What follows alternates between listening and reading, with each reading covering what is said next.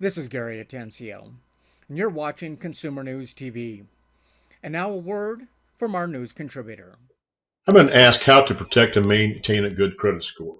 Hi, my name is Alan Porter, and I'm the owner of Strategic Wealth Strategies, and I'm also a certified financial fiduciary. As interest rates continue to rise, having a good credit score is as important as ever. Unfortunately, many of us are hurting our credit scores without even realizing it. Why is our credit score important? Well, credit scores are being pulled for anyone applying for a mortgage, renting an apartment, opening a new credit card, or getting a car loan. Having a good credit score can help you secure a better interest rate when borrowing money, which will affect your financial future for years to come. Right now, there's over 84% of Americans are in debt to the tune of $17 trillion and growing due to record inflation and world events and just opening up credit cards and putting more money on those. If you fall behind in your financial obligations, it will destroy your credit rating. People ask me what a good score is. Now, each credit agency has a different criteria for determining what a good score is, and the industry has 5 standards. If you fall between 670 and 739, that's considered good. A score of 700 or higher will usually get you approved for most credit cards or low interest rate loans. But you won't have access to many opportunities as someone with a score of 740 or above. Another question is asked me, how can we protect our credit score? Well, you need to have a spending plan. One of the best ways to improve your credit score is to use less credit than what's available to you. To achieve this, be disciplined to spend less than you earn. And never use a credit card as a substitute for cash. Using a spending plan could also help you work towards other financial goals, like saving for a down payment on a new home or your future retirement. Make sure your payments on time. Pay your bills on time and make your monthly payments in full.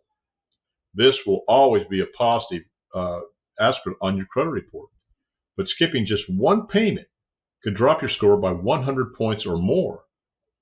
Most credit cards come with an app or way to automate your payments. Now, this will help you stay on track, avoid late fees, and prevent you from getting stuck in a cycle of debt. What else can we do to help our credit scores? Well, don't open multiple accounts. Don't open a credit card or apply for a loan if it isn't necessary. Opening new credit cards can lower your score. You don't want to have excessive amount of credit available to you. That puts you at a higher risk of racking up a lot of debt quickly. Keep track of your credit report. You want to make sure your information on your credit report is up to date. Another thing, keep an eye out for accounts that don't belong to you and close those accounts when you find out they are not yours. Even your social security number and personal information can be wrong, which could make you responsible for someone else's debt.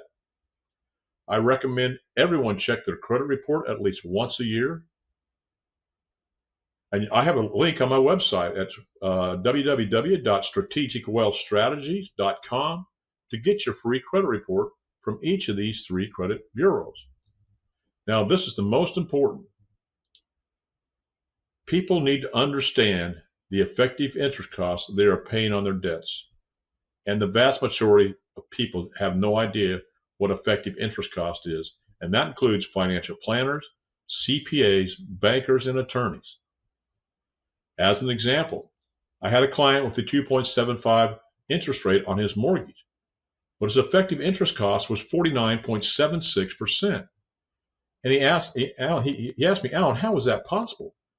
Well, I told him it's not going to get down to the 2.75 until the last couple of months of the mortgage. Now, he had a credit card that was over 95% effective interest cost, and that's basically on almost all credit cards now because of their high interest rate. But his average, now he had good credit, but his average effective interest cost was 46.23%. So I asked him, what financial vehicle are you investing in that gives you a 46.23% rate of return? And of course, he told me absolutely nothing.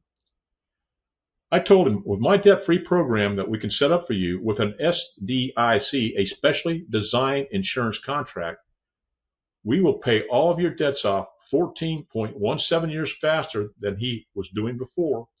We saved him over $73,000 in interest, and there was $130,000 in his tax-free bucket of money that he could borrow from at any time and pay himself back, compounding interest for him and not the financial institutions. Now, he will never have to go to the bank and borrow money for a car, college education for his kids, and the list goes on. He has become his own financial institution. He even had a death benefit of over $400,000, which was tax-free to protect his family in case something would happen to him, or he could use for long-term care, completely tax-free. And all this was done without him having to spend more than he was already spending. Now, I have done this for 13 years. It's a matter of education. This ought to be taught in high school, but it's not. I teach people how to think outside the box of conventional financial planning and show them how they can reduce and possibly eliminate both debt and taxes, and then possibly set them up with a tax-free retirement.